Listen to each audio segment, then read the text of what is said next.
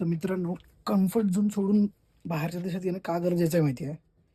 हे आहे फक्त एक 2 ते 3 तास एवढे USD येतं. तर ही खूप इम्पॉर्टंट आहे की आपण बाहेरच्या देशात का यायला पाहिजे कम्फर्ट झोन सोडून. कारण तुम्ही आपल्या देशापेक्षा इकडं कितीतरी पटीने चांगले जास्त पैसे कमवू शकता. जेव्हा माझी सॅलरी सोडा, जेव्हा मी ट्रेनिंगला होतो तेव्हा ₹1200 भेटायचे महिन्याला आणि आता त्याच्यापेक्षा 100-200 पट जरी बोललात ना तरी कमीच आहे. तुम्ही कम्पेअर करू शकताय किती फरक आहे. 11,000 सॅलरी होती तेव्हा मी आयफोन घेतला होता आणि EMI होती 7,000ची. माझी सॅलरी 11,000 होती. आता प्रत्येक 14 दिवसाला एक आयफोन येऊ शकतो, एवढी सॅलरी आहे. मित्रांनो, हटायचं नाही, प्रयत्न करत राहायचं. प्रयत्नार्थी बघा बघ, लगेच आठवलं की नाही मी बोलायच्या अगोदर, प्रयत्नार्थी परमेश्वर. प्रयत्न करत राहा, एक ना एक दिवस नक्की सक्सेस होईल. आणि राहिला विषय वेकेन्सीज, इंटरव्ह्यू, सगळं काही मी ग्रुपमध्ये शेअर करतोय. जर तुम्हाला वाटत असेल की मी त्याच्यावरती पण व्हिडिओ पूर्ण बनवावा, तसं कमेंट करा.